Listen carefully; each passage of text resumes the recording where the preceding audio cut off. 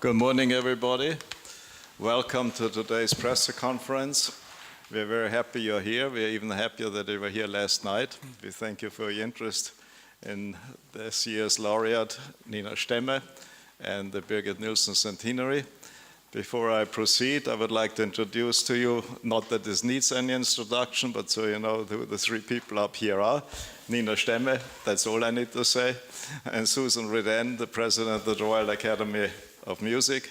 And to open up, I would like to hand over to Suzanne for a brief statement. Thank you very much. Good morning, everyone. It feels a little bit still like morning after the wonderful festivities yesterday. The Royal Swedish Academy of Music is, as I can just only confirm how happy and how honored we are to become the home for the Birgit Nilsson Foundation. There will be no dramatic changes, and I'm very, very happy that Rupert Reich will be on our new board.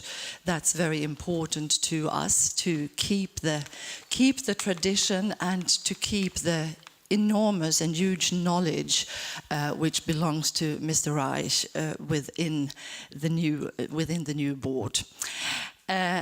We see the prize, of course, in the statutes. They will still be central.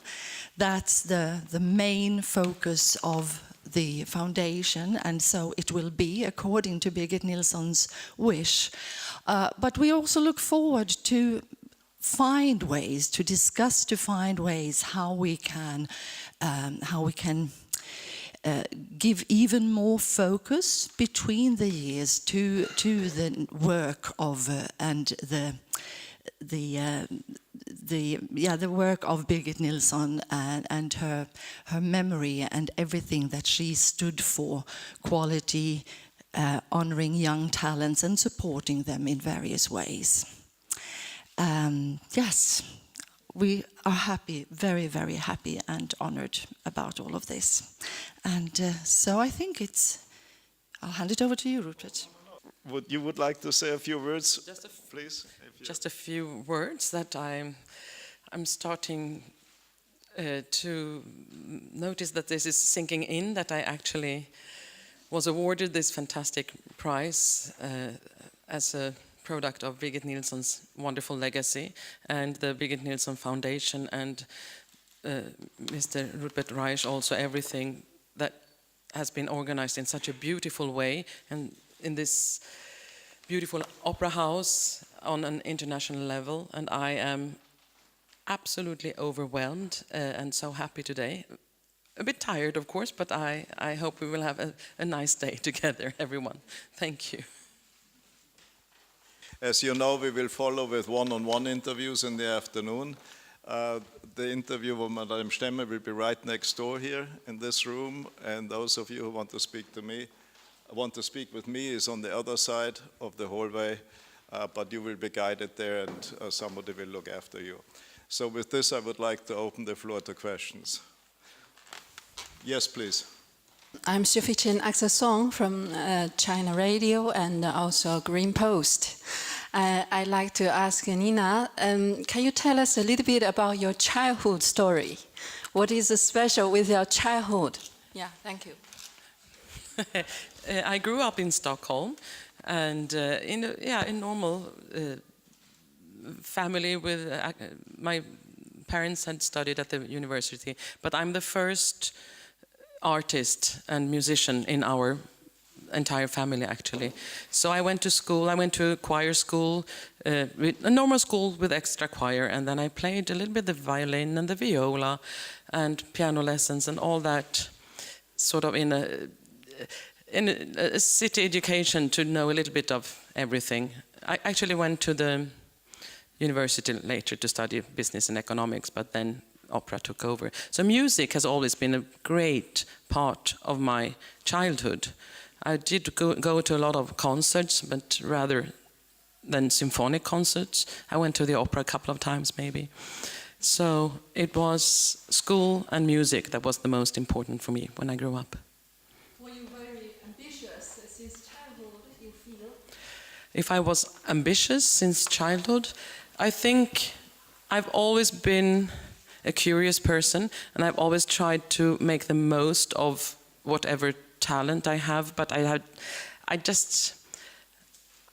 did a lot of things. I wasn't specifically good in anything, except at school. But in music, according to me and the level I was performing at, that took later, when I realized that, oh, I can actually specialize in something if I work hard. So I worked a little bit on everything, but which gave me a broad base to start from. And I love to explore things, and I still love to explore my profession and see where it can take me next. Yes, I'm working pretty hard. This actually means when you were small, you were good at everything. I was good at everything? No. Or I was okay. I mean, I don't think... No, yes, I did well in school because I worked hard. Because I knew if I worked hard, I would get where I wanted. But of course, I was actually a coward. I wanted to go into music at like 10 or 11 years old. And I didn't dare. Because I was afraid of failure. Yeah. Marisol Eliaga from Magazine Latino. Which was your first contact with the opera? My first contact with the opera was when I was like 6 years old, and my parents took me to La Bohème here at the Royal Opera House. And I didn't remember much about the performance. I think I noticed that the tenor and the soprano had a little joke as Mimi was dying in the fourth act. But nevertheless, I don't know how I could notice that, but nevertheless, I was absolutely taken by the music of Puccini and by Mimi's death. So later on, my first biggest role was Mimi in Gävle in Stockholm, in Sweden, but in Swedish. Thank you. Hello, my name is Nicola Cattò, Musica Magazine, Italy. I would like to ask to Ms. Stemme, which is, in your opinion, the biggest difference in the operatic world business between Nilsson times and yours in these times?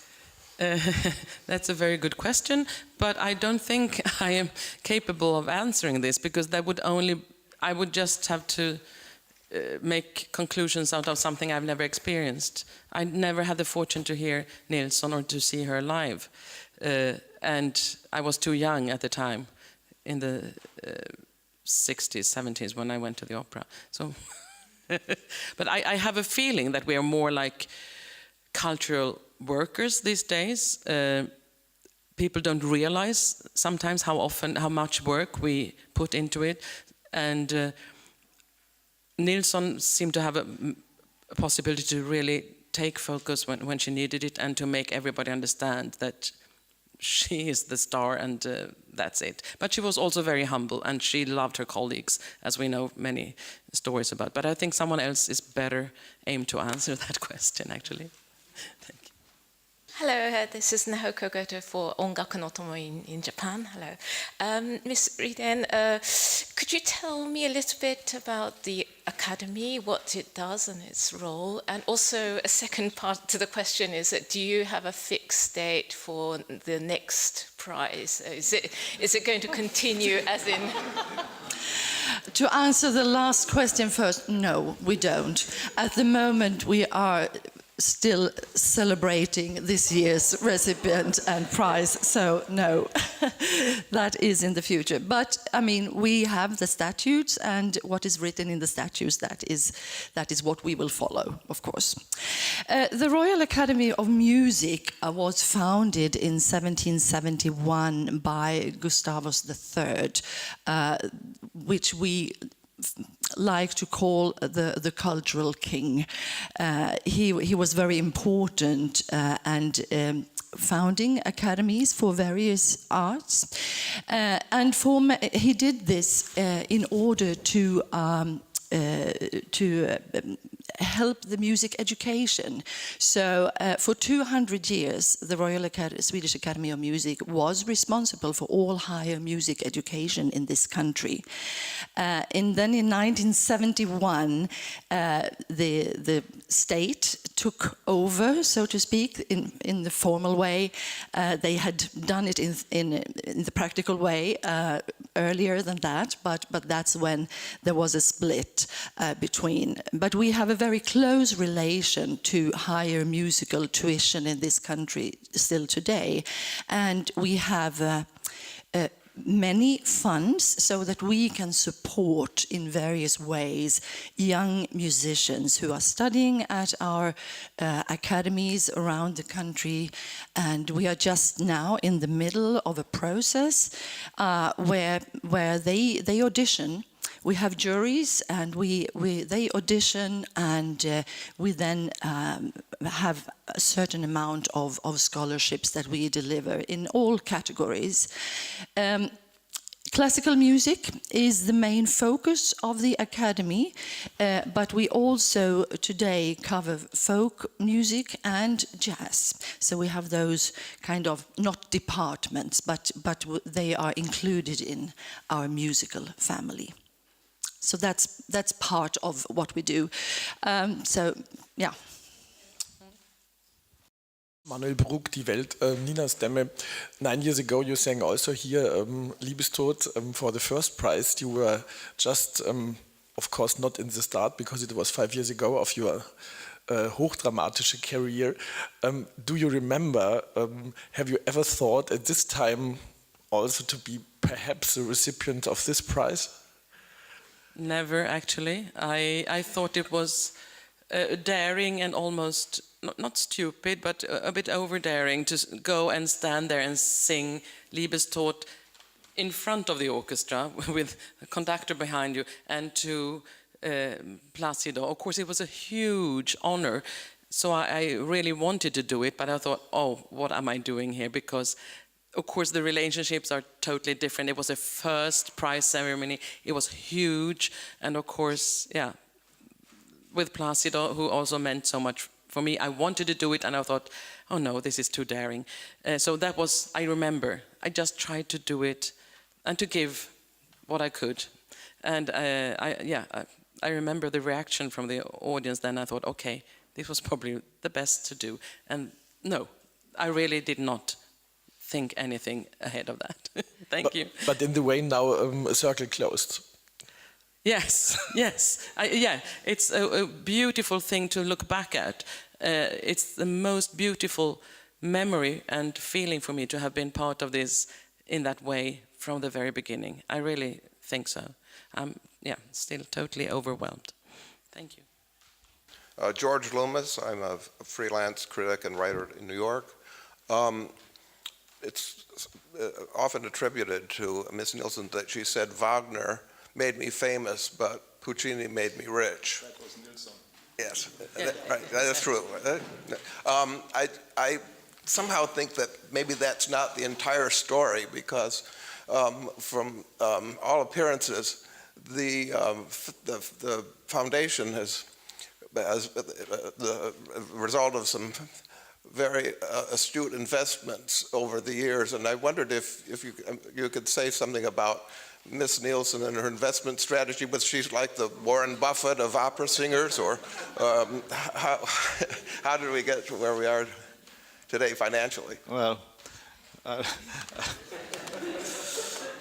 let me answer this question two ways. First of all, Puccini made me famous. Wagner made me famous. Puccini made me rich. This is, of course, a very humorous statement, typical for Birgit Nilsson. I think what you might also want to know, a more serious statement, if you want to sing Wagner well, you have to sing Verdi. That is a very profound statement about how you cultivate a voice and how you make sure that you produce long legato phrases and keep the flexibility and sing music instead of bellowing out words. So that is, I think, a very fundamental thing to say. As far as the, let me put it, the money bit, let me call it the money bit, her husband, who was anything but a singer's husband, very successful businessman in his own right. He started out as a veterinarian.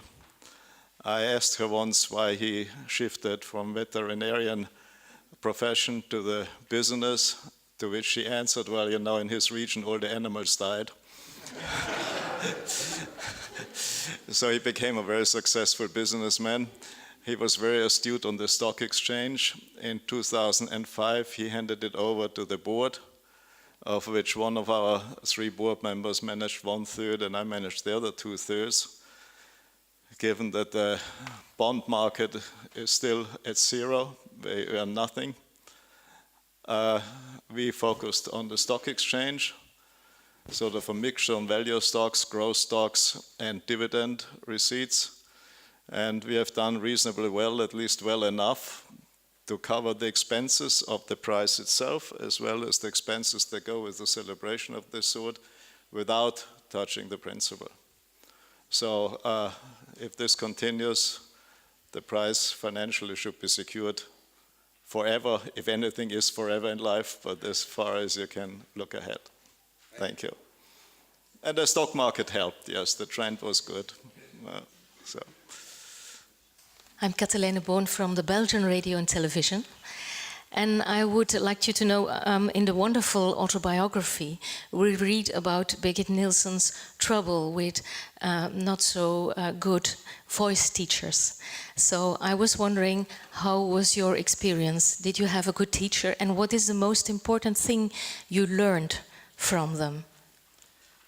Wow, that's a very difficult question to answer, because when you work with a voice teacher, it's always a collaboration that you have to integrate and also emotionally understand what he or she is telling you about. So yes, I've had very good voice teachers the last decades, or voice coaches, I would say. And I think sometimes also when you think that your teacher is not good, there's always something to learn from everyone. But the most important thing is also that I'm going to be on stage alone without a voice teacher or a coach. So I have to be independent and really believe in what I do. And everyone, since we can't see our instrument, we have to feel and we have to be very objective about a few things like pitch, rhythm, and the color of the vowel. These are the basics. And then, of course, you have legato and all the music making. So this I can hear, but like I think that Birgit Nilsson also said, we have never, ever heard our voices live. It's always a reproduction or a recording, and then it's too late, because it's all in the preparation. I have to know what I'm singing and how before I start a phrase, because as soon as the air starts to flow, it's too late to change.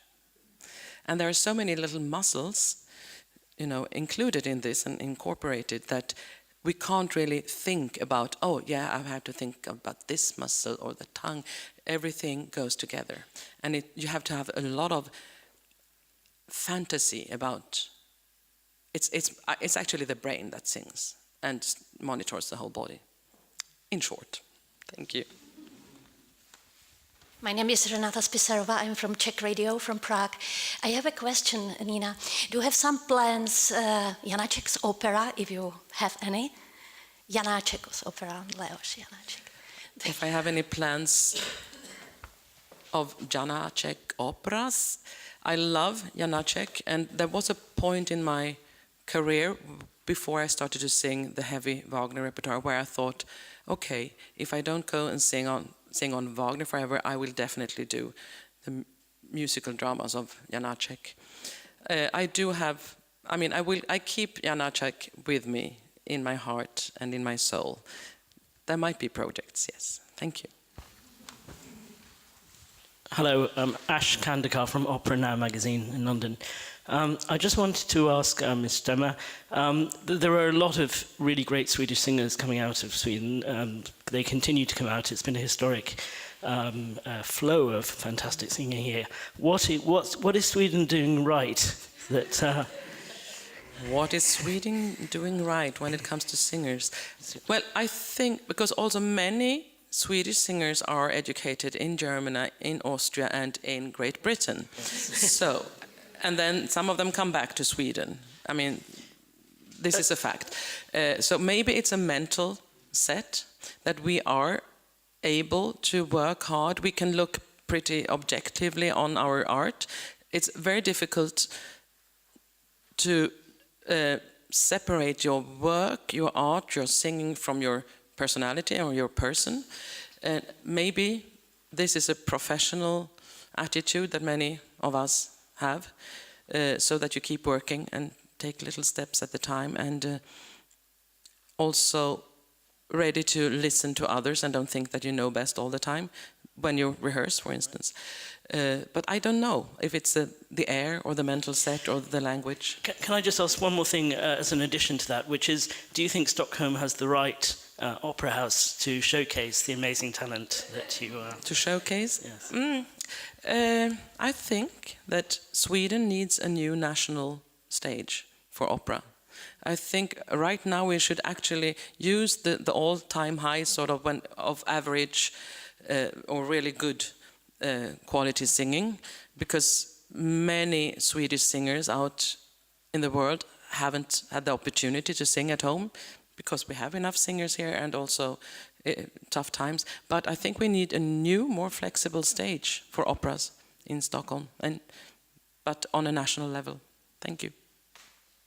I just want to add to the question of the colleague. You said perhaps there is some Janacek on the horizon. I can think about the Kostelničan anyway. But the last role Birgit Nilsson added to her roster was Die Färberin. You are going to sing this next season. Yeah. Is there anything else beside of Janacek you are thinking about, or is? I'm thinking about. I do think about Janacek. At least, I mean, before I stop, I would like to sing Kostelnička. Actually, that was my aim when I took on my one and only Jenúfa in Barcelona in 2005, I think it was. But you know, if I say something, it will happen. So, one thing at a time now. I'm just enjoying this wonderful occasion from yesterday, last night, and then we'll see. Thank you. I'm Hildburg Haider from Deutschlandfunk Kultur. Which meaning has for you Vadstena Theatre? The Vadstena International Academy for Opera. It meant a lot to me because I was very young. I was not even out of the opera school. And I also did a role that wasn't typical for my voice. I was a lyric soprano, but I did in this strange opera by Fernando Paer, I Molinari. I did a funny countess between like the countess of Nozze di Figaro and the Donna Elvira somehow. But it meant a lot to me to work in this very intimate summer academy where you could focus on your stage work. And it was small, the orchestra was small, the room was small, but you're away from everything. But of course, I didn't count on that it had that much international focus, because I know maybe some of you were there even. But it was fun. Nina Stemme, when I prepared for this conference, I checked with one of your colleagues in London for the time being, in the ring, the Norwegian young singer Lise Davidsen, who was the Birgit Nilsson Prize winner at Operalia 3 years ago. So I needed some advice. How do I approach you? And she said, well, this is difficult, but she wondered. So this is a question from Lise Davidsen, in fact. She could ask me how you sing only the biggest parts, the really tough parts. How do you spend the day when you sing this Brunhilde in London now? And how do you spend the breaks? Well, the ring cycles in London now and the rehearsals before, they have been very strenuous, because we rehearsed over 7 days per week, like sometimes 10 days in a row. So of course I was exhausted when the first ring cycle started. And that was, as you might know, originally planned as the dress rehearsals. But you know, the demand for tickets was so great, so they decided to turn that into an actual cycle. So I just rest. I do my yoga, I stretch my body, and I don't even dare to check my instrument in the morning because I'm not really awake when I'm that tired. So I do rest, I do prepare in the breaks, I do prepare for the next scene, because when we do this in a cycle, it might have been over a week ago since I met my colleagues in Die Walküre, for instance. So you just have to mentally say to them, am I meeting on stage now? What are we supposed to do? How is the conductor? What kind of blood pressure does he have tonight? So how can I be the best help to myself and to everybody else on stage? So it's like, it looks from outside, I think it looks like I'm very calm, but I'm working very hard inside and thinking and feeling and preparing. I'll tell her. Okay. I will too, because I'll see her. Nina Stemme, I'm Franziska Stürz from Munich, Bayerischer Rundfunk. We just had the ARD competition in Munich, and Swedish soprano Ylva Sofia Stenberg won third prize. She's a lyric coloratura, but I asked her what competition meant for her, and she's also typically Swedish, obviously, because she said, I didn't expect anything, and now I expect so much. She hoped that now a lot of questions, engagements would come. You've also been a prize winner of a very big competition. What would you advise young singers who do competitions and expect a lot after winning a prize? Wow. My advice, I can only tell how I entered. There was only 2 competitions that I entered, and I just wanted to see where my singing would take me then, and when I actually was. It's not about competition when you are in a competition, it's about music. It can't be about anything else. And I was so happy, since I was still a student at the opera school here in Stockholm at the university. I was so happy just to make music with a real orchestra, because they don't have the money to have an orchestra, and maybe we shouldn't have one either as students.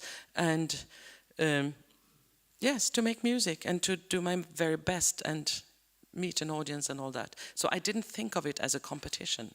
That's impossible. And afterwards, were there many people wanting you, and how to deal with that? Is it this hurry, but without rushing? Yeah, that's when I started to have my philosophy, I think, to hurry slowly. So I said no. I used the time when I was placed on the map. I realized people will remember me, but they're coming too soon with 2 big projects. Irina Dergacheva, TASS News Agency. There is this inevitable comparison of the Birgit Nilsson Prize and the Nobel Prize, because both take place in Stockholm and the sum is pretty handsome. But you found out about the prize in May. And this question, is being asked to all the Nobel laureates, so I'm putting it to you. Has your life changed since May, when you found out about the prize? That's my question. No, my life hasn't changed. Of course, it changed in the way that I really, my focus changed to last night and for today, actually, of course. So what I did think a lot, will this change my life? Will I change as an artist? But then I realized I'm Nina Stemme, after all, and I guess I will remain that. And I hope. It would be terrible if it would change, because that's what I got the prize for, I guess. Thank you. Quite frankly, if I may add to this, I think the comparisons of one prize to another is a little bit far-fetched, because every prize is its own category. The Nobel Prize is the Nobel Prize, the Imperiale Prize is the Imperiale Prize, Siemens is Siemens, and the Nilsson Prize is the Nilsson Prize. So if people draw this comparison because the size of the purse between the Nobel and the Nilsson Prize sort of invites that kind of charisma, I think it's too short-reaching. It's really not an appropriate thing. Okay. One more question, please. So it's maybe the question that everyone wants to know, but nobody dares to ask. What are you going to do with the money?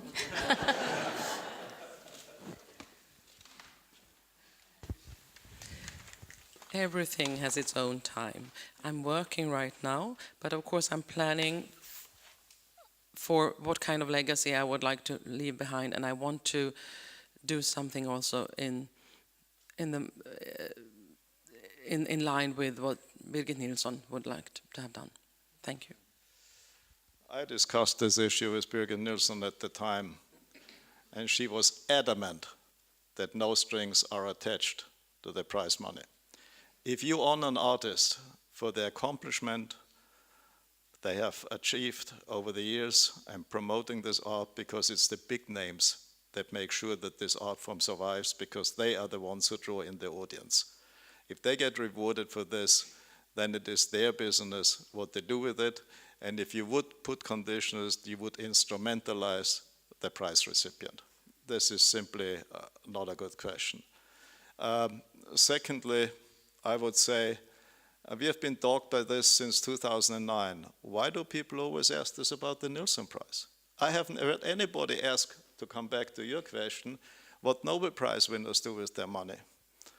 Nobody ever asked what Ronaldo does with his 50 million a year, or Messi with 40 million for playing soccer. And nobody asked the question. I have never heard anybody ask Günter Grass what he did with the money for the Nobel Literature Prize, or Al-Baradei or Obama what they did with the money for the Peace Prize. And I would say that music contributes more to peace than any other art form, because it has no barriers of any kind, language, cultural, geographic, none. And it speaks to people's heart directly. So I think the Nilsson Prize in this way does more for peace than most of the people who won the Peace Nobel Prize. Thank you very much.